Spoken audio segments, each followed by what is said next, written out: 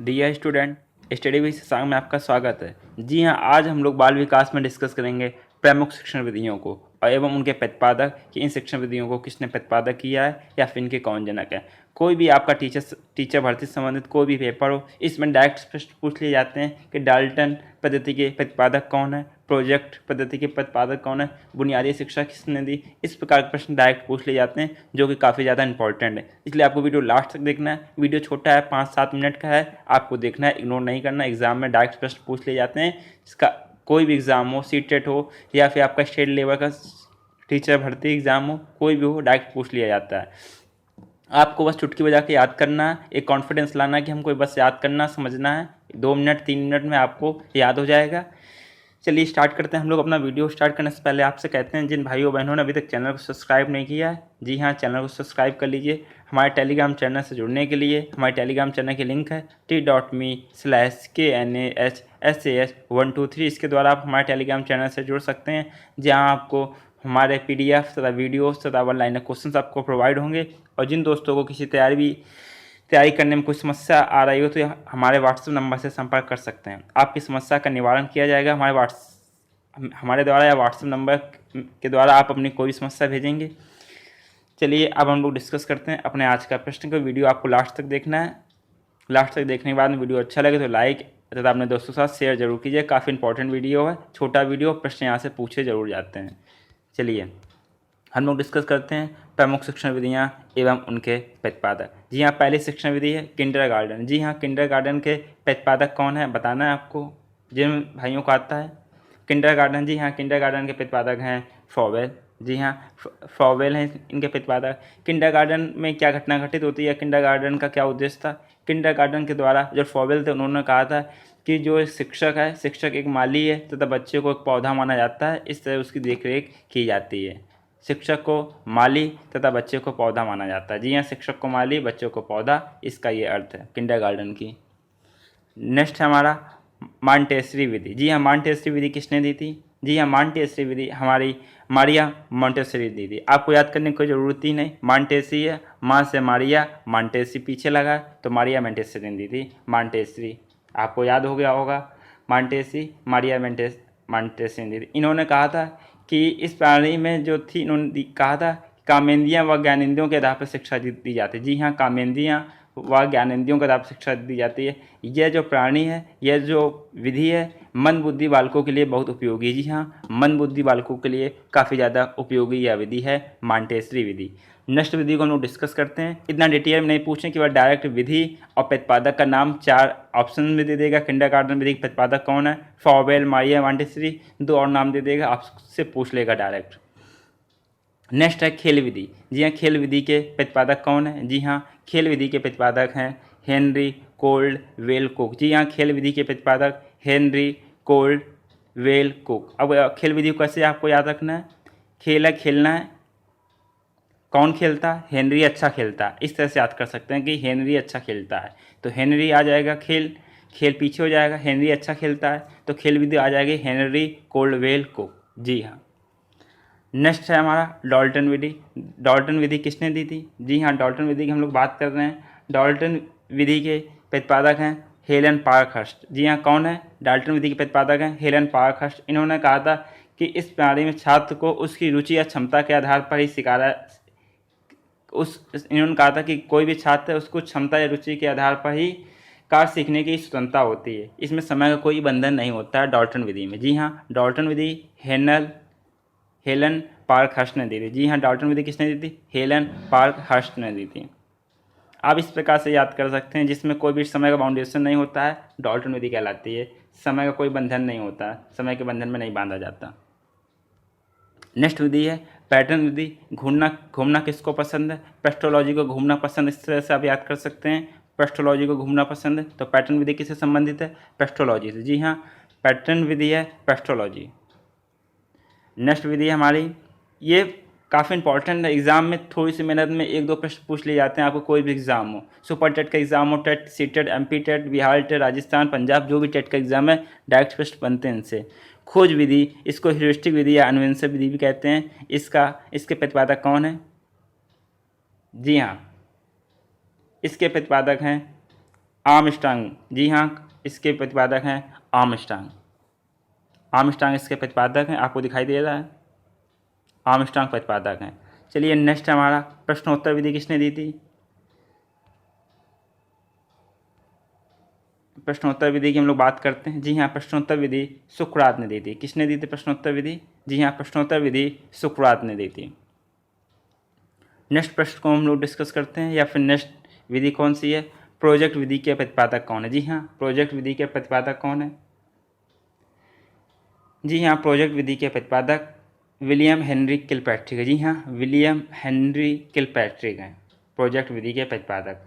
आपको याद करना है कि प्रोजेक्ट विधि के प्रतिपादक कौन है? विलियम किलपैट्रिक हैं, William Kilpatrick, William Henry Kilpatrick.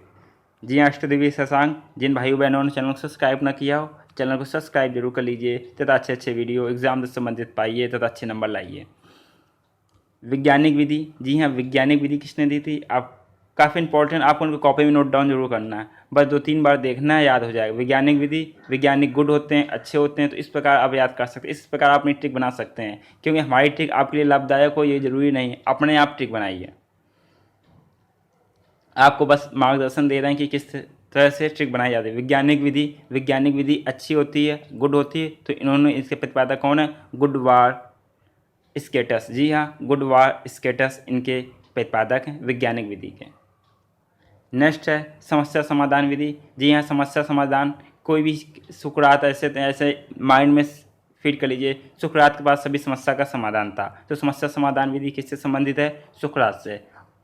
समस्या समाधान विधि किससे संबंधित है? सुकरात से। आपको इस तरह से अपना क्लू पॉइंट या ट्रिक आपको बनानी है, किसी की डिपेंड नहीं रहना कि हमको अपनी ट्रिक कैसे बनानी। समस्या है, सुकरात है, साथ साथ से दोनों है, तो हम लोग ऐसे अपने मन से बना लेते हैं कि हर समस्या का समाधान सुकरात के पास था। इस तरह से हमको याद हो जाएगा, कहीं भी आएगा समस्या समाधान विधि सुकरात। नेक्स्ट पॉइंट है हमारा सूक्ष्म शिक्षण विधि। किसने दी थी? जी हाँ, सूक्ष्म शिक्षण विधि की बात करते हैं तो ये दी थी रॉबर्ट ने। सूक्ष्म शिक्षण विधि रॉबर्ट ने दी थी। रॉबर्ट होता है, हम लोग ऐसे कहते थे रोबोट होता है, छोटी छोटी काम कर लेता है, इस तरह से हम लोग माइंड अपने फिट कर सकते हैं। हर एक चीज़ आपको बताई जा रही है कि रोबोट है, छोटी से छोटी चीज़ को पकड़ लेता है या कोई भी कार्य कर लेता है, इस तरह से याद कर सकते हैं रॉबर्ट या रोबोट इस तरह से संबंधित है।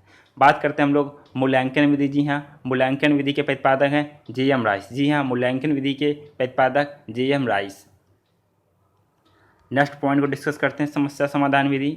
हम लोग भी डिस्कस किया था समस्या समाधान विधि सुकरात के पास सभी समस्या का समाधान रहता है। इकाई उपागम, जी हाँ, इकाई उपागम विधि के कौन से प्रतिपादक हैं? कौन प्रतिपादक हैं? जी हाँ, इकाई उपागम के प्रतिपादक हैं S.C. मॉरिसन। जी हाँ, कौन प्रतिपादक हैं? S.C. मॉरिसन। नेक्स्ट पॉइंट है विनेटिका विधि। जी हाँ, विनेटिका विधि के प्रतिपादक कौन है? जी हाँ, विनेटिका विधि में क्या होता है? जी हाँ, विनेटिका विधि में कोई भी कार्य होता है उसके छोटे छोटे खंडों में बांट लिया जाता है और छात्र अपने ज्ञान की स्वयं परीक्षा लेते हैं, ये विनेटिका विधि है। इनके प्रतिपादक थे कॉल्टन वार्ट्सबर्न, विनेटिका विधि के प्रतिपादक। किसी भी समस्या को, किसी भी कार्य को छोटे छोटे भागों में तोड़ लिया जाता है या बांट लिया जाता है, इस तरह से अपना कार्य करते हैं। डेक्लोरी शिक्षण विधि। जी हाँ, डेक्लोरी शिक्षण विधि के जनक कौन है? तो आपको याद है डेक्लोरी शिक्षण विधि डेक्लोरी इन्हीं के नामी से है, तो डेक्लोरी शिक्षण विधि, डेक्लोरी आपको इसमें याद करने का जरूरत ही नहीं, जैसे डेक्लोरी हो गया, मारिया मोंटेसरी होगा, इस तरह से हैं, तो उसमें ज़्यादा दिमाग लगाने की नहीं ज़रूरत है। डेक्लोरी है तो डेक्लोरी आपको बस नंबर सही आना चाहिए, बस नंबर आपका पेपर में प्रश्न आए आपका सही जाए, बस इतना उद्देश्य रखिए, क्योंकि आपके नंबर सही जाएंगे, ज़्यादा डिटेल में नहीं पूछा है। डेक्लोरी शिक्षण विधि, जी हाँ, ये प्राकृतिक से संबंधित थी, इसमें प्राकृतिक चीज़ों की बात की थी, डेक्लोरी प्राकृतिक वातावरण के बारे में बात की थी इन डेक्लोरी ने, और डेक्लोरी शिक्षण विधि के हैं डेक्लोरी। नेक्स्ट पॉइंट है बेल पद्धति। जी हाँ, बेल पद्धति के प्रतिपादक कौन है? जी हाँ, बेल पद्धति के प्रतिपादक लुईस बेल। जी हाँ, कौन है? Lewis bell. नेक्स्ट पॉइंट हमारा प्रक्रिया विधि। जी हाँ, प्रक्रिया विधि के प्रतिपादक हैं कमेनियस। जी हाँ, प्रक्रिया विधि के प्रतिपादक कौन है? जी हाँ, प्रक्रिया विधि के प्रतिपादक कमेनियस हैं।